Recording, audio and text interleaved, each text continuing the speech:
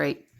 Dear world, I am 92 years old and I'm well past my sell-by date. Now, sitting here unable to walk properly, I can manage a few steps with the assistance of a frame, and almost any activity needs help from others. So I sit all day in self-isolation with occasional assistance enabling me to eat, dress, and undress. Some might say I've been in quarantine for some time, which gives me a head start in this time of chaos. I've seen chaos before, but this is the first time in the history of this island that we've not been at war for over 50 years, and shocks are hard to take. When I was born in 1928, Britain was suffering from the aftermath of the First World War, and influenza that killed over a quarter of the population. But my memories of that time are invariably happy.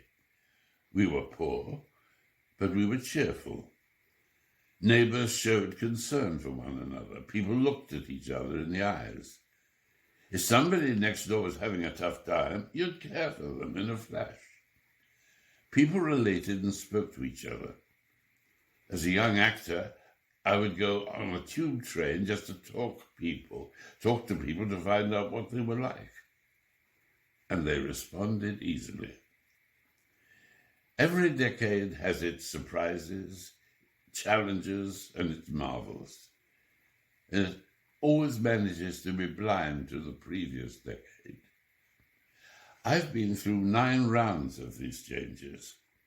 What is extraordinary to me is watching today's world being unable to cope with our crisis.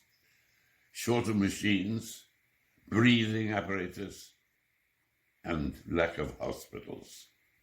If someone falls in the street, most of the populace walk over them and talk to the wretched little machine which is embedded in their hand.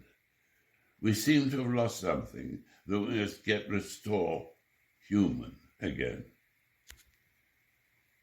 The decade was chaotic and uncertain even before the virus. And there's no doubt that the disease will cause much suffering and devastation. We must mourn for those who have suffered.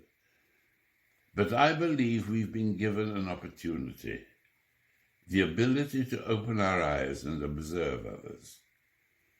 We can see the sky clearly today because the roads are empty and the haze has gone. I do believe that disadvantage can always turn into advantage. Over the years in time of trouble, I have seen adversity breed strength, connection, and humor in this country. I've seen it over and over again. And I hope that you, the young, will look back on this decade and be able to say it too. Love, Joss.